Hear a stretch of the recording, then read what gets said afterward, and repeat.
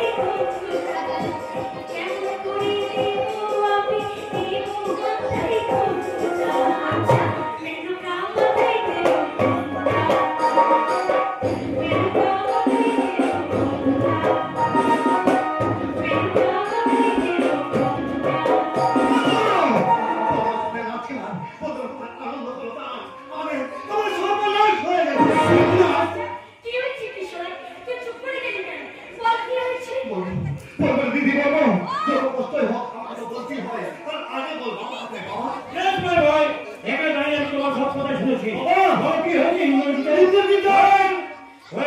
নন্দিতা তুমি বললি কি যে ঘরের ভেতরে যাও তোমার না আমি যাব না একটু কি হয়েছে না শুনে আমি এখান থেকে কিছুতেই যাব না এই তো শোনা তুই চুপ করে আছিস কেন বল না ভাই কেন তোমার একটু বিয়ে করতে এলো না ইন্দ্রজিৎ আর কোনোদিনই বিয়ে করতে আসবে না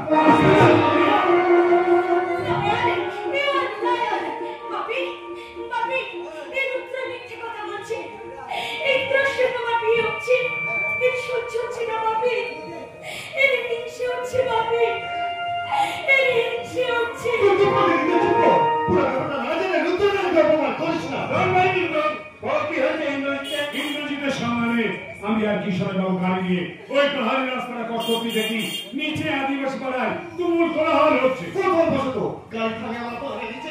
কি হচ্ছে ব্যাপারটা জানতে আর সেখানে গিয়ে দেখলাম ইন্দ্রজিতের গাড়ির কিছু ভাঙা অংশ এখানে তো ছিটকে পড়ে আছে আর লোকজন সবাই গাড়িটা ওই পাহাড়ের খাদে পড়ে লোকেদের জিজ্ঞাসা করে জানতে পারলাম মন্দিরের শাসনের গাড়িটা শিলিগুড়ির দিকে আসছিল তবে গাড়িটা পাল্টি খেয়ে যায় সঙ্গে গড়াতে গড়াতে চলে যায় পাহাড়ের খাদে লোকজন সবাই গাড়িটা একেবারে দাম দাম করে চলে যায় কিন্তু ইন্দ্রজিতের কোনো সন্ধান পাওয়া যায়নি কিভাবে দুর্ঘটনাটা ঘটেছে তাতে আমার ধারণা ওই ইন্দ্রজিৎ মারা গেছে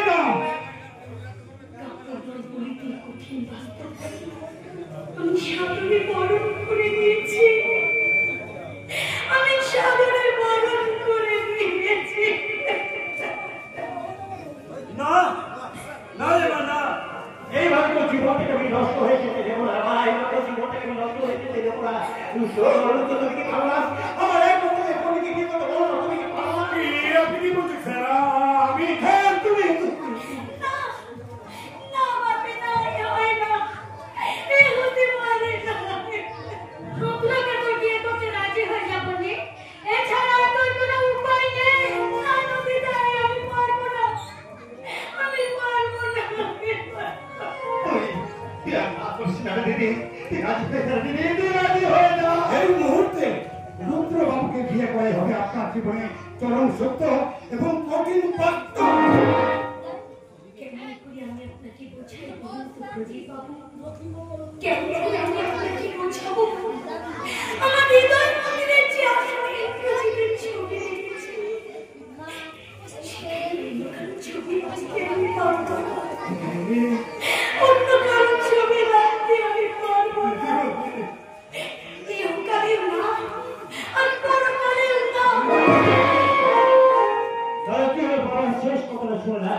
আমার মান সম্মান বাঁচাতে আজকে রাত্রের মধ্যে তুই যদি রুদ্রকে বিয়ে না করিস তাহলে কাল সকালে কিন্তু এই বাবার মরা মুক্তি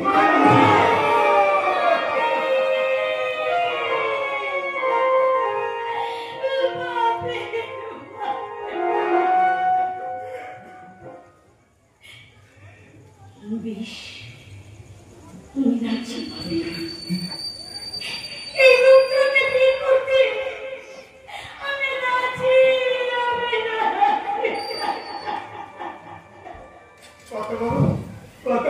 তাড়াতাড়ি করো না। দিদিমণি যখন রাজি হয়েছে পুরুষ চৌকি বলো বিয়ের মণ্ডপে আসতে। আজকের এই পূর্ণ লগ্নে আপনারা যারা আমার দিদিমণির বিয়েতে আমন্ত্রিত হয়ে এখানে এসেছেন, আপনারা দেখতে পাচ্ছেন আমার দিদিমণির বিয়েটা এক মর্মান্তিক দুর্ঘটনার মধ্যে দিয়ে শুরু হতে চলেছে। তার বলছি আপনারা আসুন, আপনাদের সকলের সমৃদ্ধি সমবেদনা দিয়ে আমার দিদিমণির বিয়েটা সুসম্পূর্ণ করি। আমার মায়েরা, আমার ব্যক্তিরা, আপনারা শাক বাজাবেন, শাক বাজাবেন,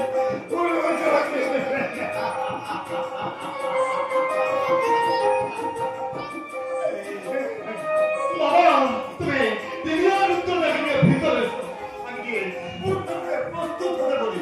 থামবেন না, থামবেন না ম্যাডাম, থামবেন না। জীবনে যা হারালেন তার জন্য দুঃখ না করে বর্তমানে যা ঘটতে চলেছে তাকে বরণ করে নিন। আমি এখন একবার থানায় যাচ্ছি। নন্দিতা, ঘটনার বিবরণ শুনে মনে হলো অ্যাক্সিডেন্টটা আমার এলাকাতেই ঘটেছে। কোনো কিন্তু নয়, তুমি তো জানো নন্দিতা আমার কাছে একটু অতি লাগে, তারপর অন্য কিছু। ডক্টর নন্দিতা, তুমি বন্ধুকে পাশে থেকো। Good night. দুঃখ করিস না বলে অতীতের কথা মন থেকে মুছে ফেলে বর্তমানকে বরণ করে নে। আমি বলছি এতে তুই সুখী হবি, আর তুই সুখী হলে ইন্দ্রজিৎদার আত্মা শান্তি পাবে, শান্তি পাবে। জানি বাজারে কিছু আঘাত পেয়েছি কই, কিন্তু একবার ভেবে দেখো এছাড়াও তোর বলা তুই করার আছে বা কি করতে পারি আমি। যদি অন্যায় করে থাকি তাহলে তুই আমাকে ক্ষমা করে দিস না? আমাকে তুই ক্ষমা করে দিস। রুদ্র, রুদ্র, কাছে এসো ভাই ভয়, কাছে এসো। শাস্ত্রে কি লেখা আছে আমি জানি না, শাস্ত্রে কি বিধান। আজ রাত্রে মধ্যে লগ্ন আছে কিনা আমি তাও জানি না, তবু আমি আমার অন্তরে অন্তঃস্থল থেকে সমস্ত স্নেহ মায়া মমতা উজাড় করে দিয়ে আমার একমাত্র এই বন্দিকে আমি তোমার হাতেই তুলে দিলাম।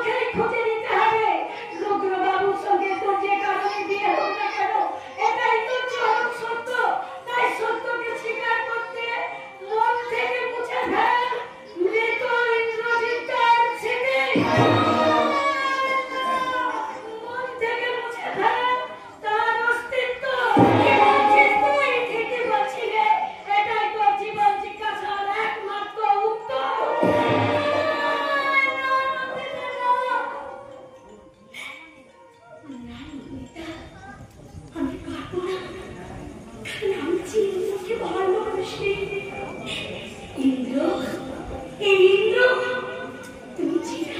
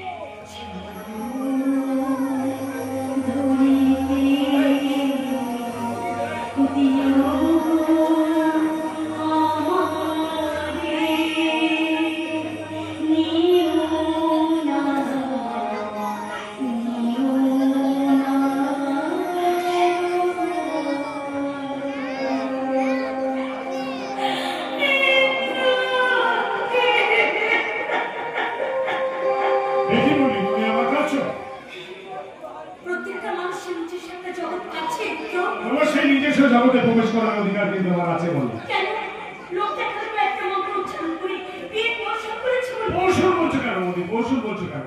হিন্দু সমাজে বিয়েতে নবী হয়, আর এটাই তো স্বাস্থ্যসম্মত। ইচ্ছা করতে কারণ চোখ করে শাস্তির চাদর জড়িয়ে দিলে তাকে স্বাস্থ্যসম্মত বলে না রুদ্র। তবে মনে রেখো মাকে, আইনত আমি তোমার স্বামী। অনেক চেষ্টা করছি, আমি তো চেষ্টা করি একটু ভাবতে পেরেছি বলি আমি তোমাকে দয়া ভিক্ষা দিয়ে বলছি, শুধুমাত্র ওই সমরেশ মুখার্জির জামাই হয়ে তুমি যদি এই বাড়িতে থাকতে পারো তাহলে তুমি থাকো, তাতে কিন্তু আমার কোনো আপত্তি নেই। শুধু একটা কথা জেনে রেখো রুদ্র, আমার কাছ থেকে কোনদিন তুমি স্ত্রীর অধিকার পাবে না, কোনদিন না। ঠিক এমনি করি আমি স্বামীর অধিকার আদায় করি।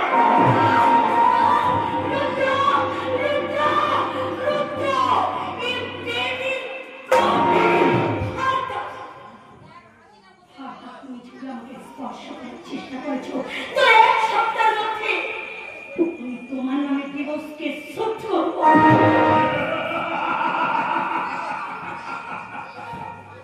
ভালো লাগলো, ভালো লাগলো। তোমার মুখে কষ্ট কথাটা শুনতে আমার ভীষণ ভালো লাগলো। তবে এই মুহূর্তে তোমার মুখ থেকে আরেকটা কষ্ট কথা শুনতে আমার কোনো ইচ্ছে করছে। এই যে আমি তোমার স্বামী হওয়া সত্ত্বেও তোমার সঙ্গে আমার কোনো দৈহিক সম্পর্ক থাকবে না, সেটাকে মৃত ইন্দ্রজিতের প্রতি সত্য জানানোর জন্য শেষ সুযোগ আমি তোমাকে দেবো না। মনে পড়ে একদিন তুমি আমি আর ইন্দ্রজিৎ ওই চা বাগানে বেড়াতে গিয়েছিলাম। পরন্ত বিকালে বিদায়ী সূর্যের আবির লাগানো রঙের জুতা তোমাকে ভীষণ ভীষণ সুন্দর লাগছিল। এই বুকে বুকে আমার চলে এসেছিল আদিম কামনার বড়বড়তা লাগুন। ওই পিপাসাত্ম প্রতীকের মতো আমি তোমার কাছে আগিয়ে গিয়ে দুহাত পেতে আমার ভালোবাসা ভিক্ষা চেয়েছিলাম। আর তুমি আমার সেই ভালোবাসাকে ওই দুপায়ে মারিয়ে ইন্দ্রজিতের কণ্ঠরঞ্জন হয়ে আমায় বলেছিলে, রুদ্র বন্দি মরিচিকা, তাকে দেখা যায় কিন্তু ধরা যায় না।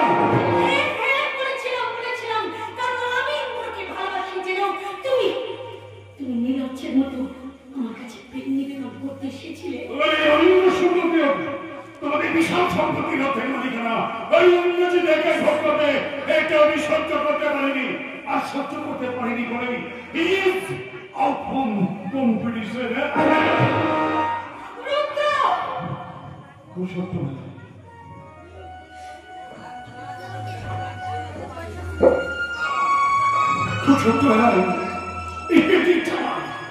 ওই রাস্তায় রাস্তায় আমি ভিক্ষে করে বেরিয়েছি।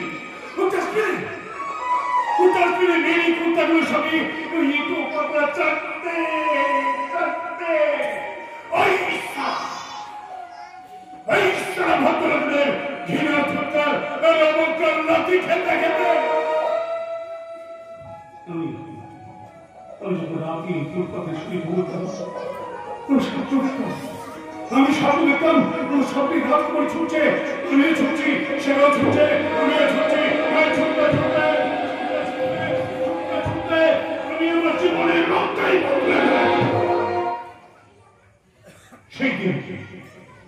সেই দিনে আমার কাছে আজকের এই রুদ্রা প্রসাদ রাজকন্যতার ভক্তের মুঠোন। তারপরে ছয় সম্বলনা ওই অনাথিনী মহিলাকে মা বেড়ানিতে তার সিংহ ছাড়া লেখাপড়া শিখে হয়ে গেল শিক্ষিত বেকার ঈশ্বর চক। তারপর অফিসে চাকরি ইন্টারভিউ দিতে বিশেষ তোমাকে আনন্দে উত্তেজনায় এই অন্তরকে অন্য জায়গায় উঠেছিল। যখন আমার সামনে রাজকুমারী তোমাদের গাড়ি গেছি আর চিৎকারে ইন্দ্রজিৎ রাজা চিৎকারে হাবুড়ে উঠাচ্ছে, তখন মাথায় আমার আগুন জ্বলে গেল। সেই আগুনে ঝুলে পুড়ে ছাই হয়ে গেল গোল বেশে বিয়ে করতে আসা ওই ইন্দ্রজিৎ।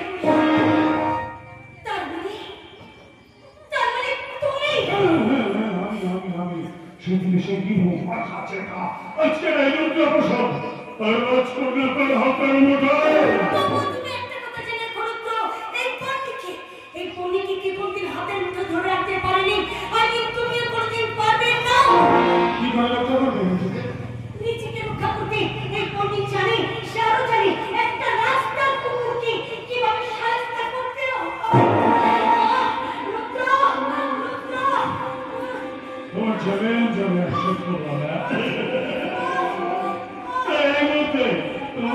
ক্ষণিক চোখে আমার লালসার চাপা বলে পিছে একটা মাংস কিনে পরিণত করে দেবো।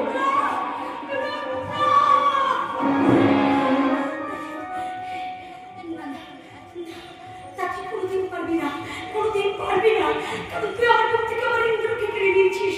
আমি এক্ষুনি থানায় ফোন করে সব জানিয়ে দেবো, সব জানিয়ে দেবো।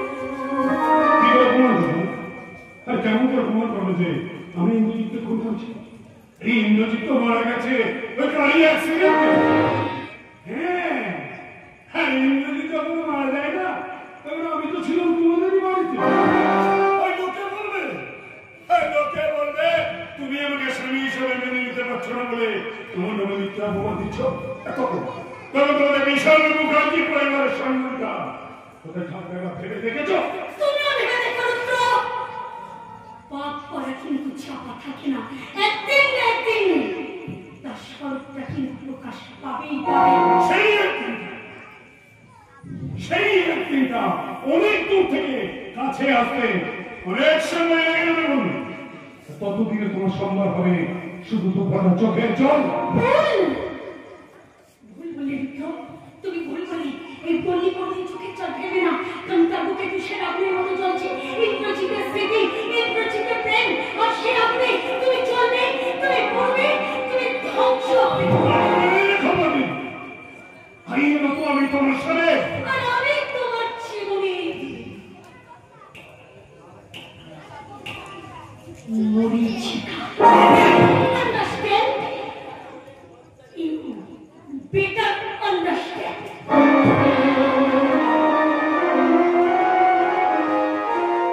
Understand? You better understand. কোথায় যাবে? কোথায় যাবে তুমি মনে? কোথায় যাবে? চারিদিকে পাতা আছে লালসার জাল। মুক্তির জন্য তুমি ছটপট করবে। আরে দিনে কি লুক তখন হিংসা হয়ে মতো আসবে অট্ট হাসিয়ে।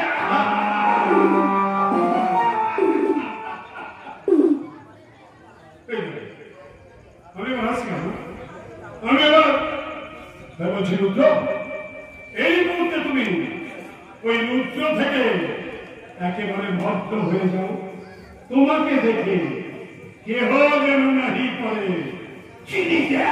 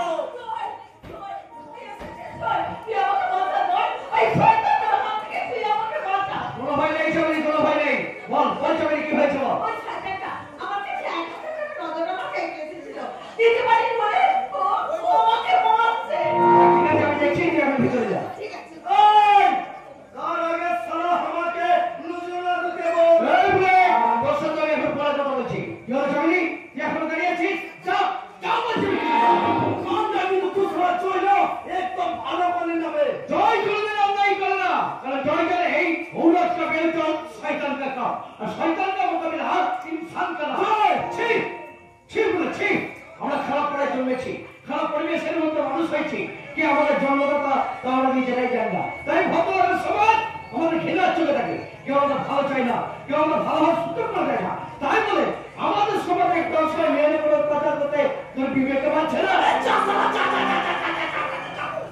কি বলছো ওই বড় বড় লেকচার ছো এমনি বলিস আমার পোষা যে সালা আমার সাথে নোটারি করবে না সে भी साला हमारे चाचा तो ये बताते तू अपना छोड़ हम जंगल में ढूंढ हां मुझे जंगल में ढूंढ के बोला है छोड़ दे हेड लाइन প্রত্যেকটা মে পেটের গায়ে যে বিক্রি করে তাই খাওয়াটা হবে তাদের মজদুরা দিয়া ক্ষমতা তাদের নেই কে বে তুই জঙ্গলের জন্য রাত কত কিসে छोड़ दे জয় কোনদিন অন্যায় করে না আর কেউ অন্যায় করলে তাকে আমি সহ্য করতে পারি না এই হিমান সেনিকা সেন জয় কি মা আর এটাই হচ্ছে এই যুগের জয়ের শেষ কথা তবে আজ সারা কুত্তা চামলিকা বন্ধু দেখ দেখ সারা कैसे तुम कुत्ता बनाओ রেটা সারা দেখ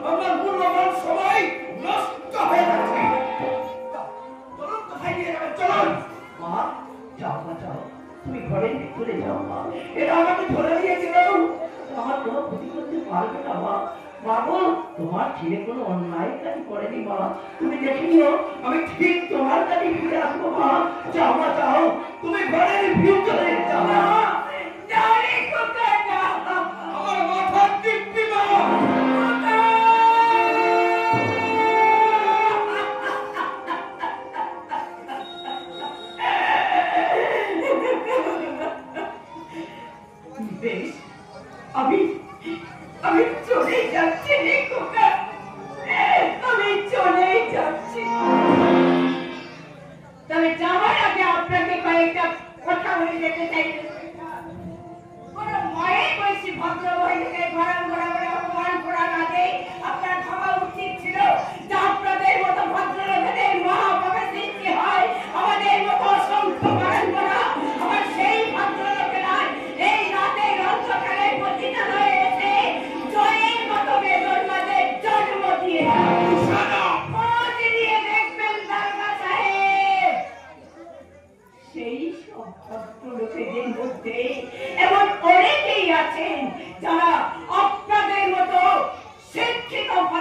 লোকেদের বাবা। আপনি আমার মায়ের নামে কটূক্তি করবেন না, কারণ আমি জানি আমি কি আমার পরিচয়। তাই তো আমার এই সমাজ পরিত্যক্ত মা আমাকে মানুষ করার জন্য এই যে হোকার সরকার বেছে দিয়েছে। তাই সেই মায়ের নামে কেউ কটূক্তি করলে আমার আগুন চলে যায়। মনে হয় একটা প্রচন্ড ভূমিকম্পে ছাপিয়ে পড়ি তার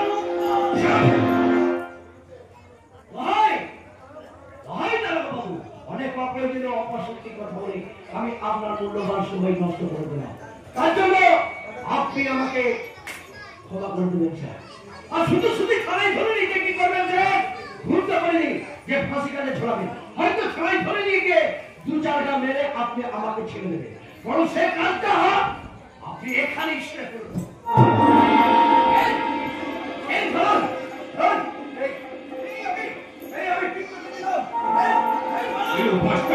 এত বড় সাহস! তবে দেখ তবে কেমন না।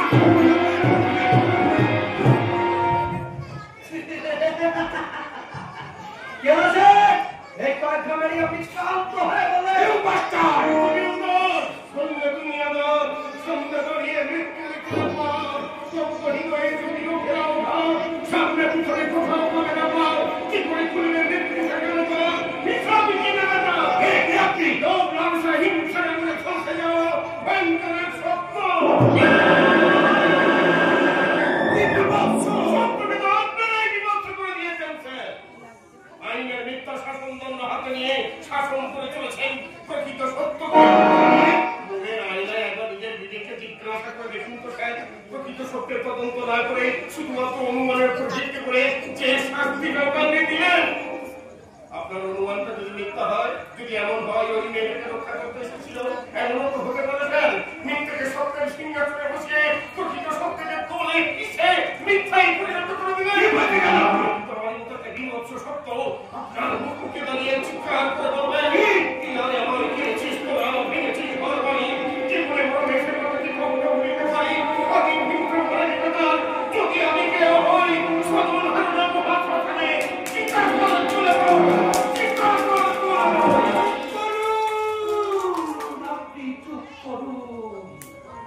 আপনি পাগল না পাগলের ধরে চন্ন কেউ তা আমি জানি না। তবে আপনার অনুমান যদি সত্য হয়, সত্যি আমি মিথ্যা শাসন হাতে নিয়ে সত্যকে শাসন করে থাকি, তাহলে আমার সেই পাপের প্রায়শ্চিত্ত করতে আপনার কাছে শিখব আদর্শের বর্ণমালা। Mister Mandesh sir, religion and follow me.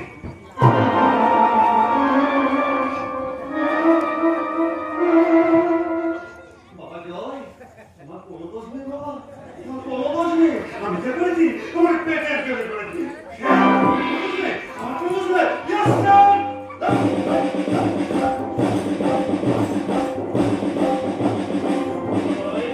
এইটুকু আঘাতে তোমার তো ভেঙে পড়া সাজে না যায়। আরো অনেক আঘাত আসবে, আরো অনেক আঘাত তোকে সহ্য করতে হবে। কে আপনি? আমার মুখের দিকে ভালো করে তাকিয়ে দেখো।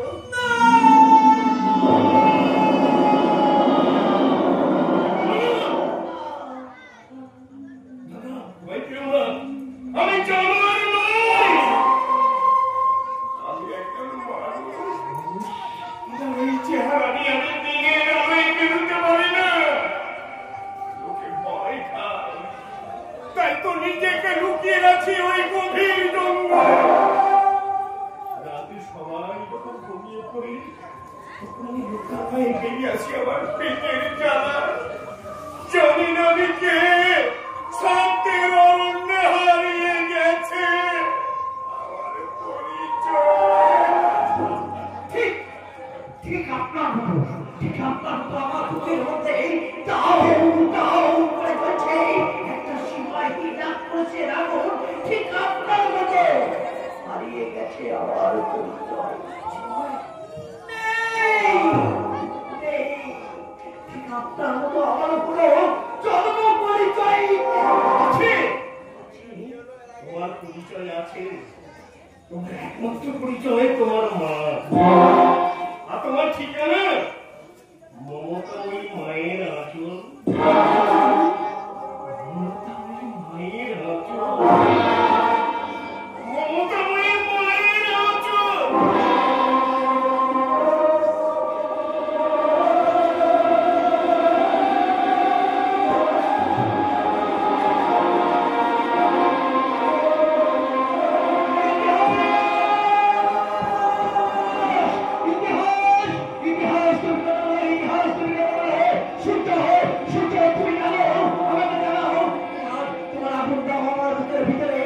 আমার ভাবি নাও, আমার বউকে উপরে দেই, তুমি জানো আমাকে জানো, আমি জানা থেকে উঠি দুটো আমি আকাশে।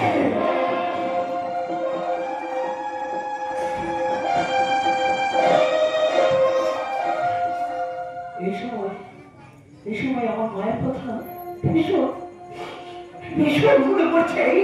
এই সময় যদি আমার মা আমার কাছে থাকতো, ঠিক এমনি করে জড়িয়ে ধরে বলতাম, আমি চাঁদকে বলি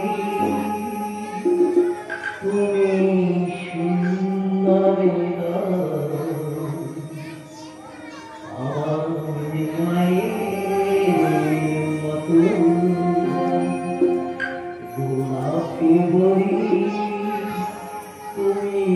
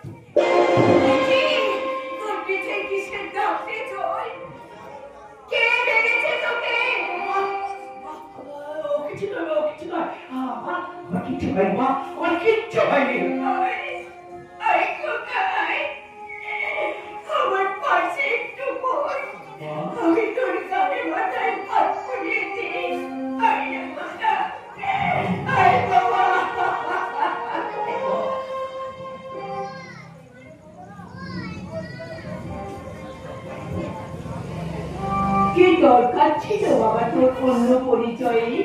তোর একমাত্র পরিচয় আমি তোর মা, আর তোর ঠিকানা মায়ের আঁচল। আমি চাঁদকে বলি তুমি সুন্দর,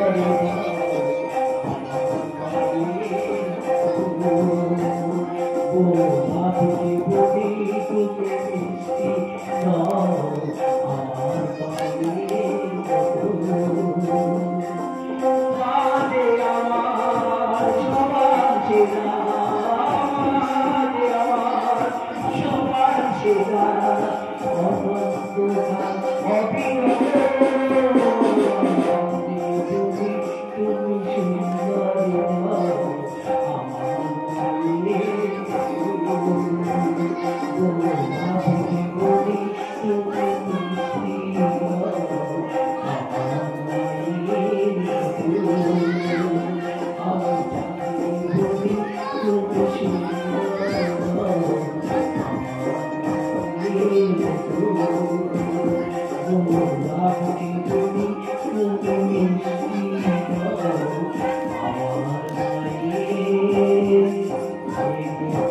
Oh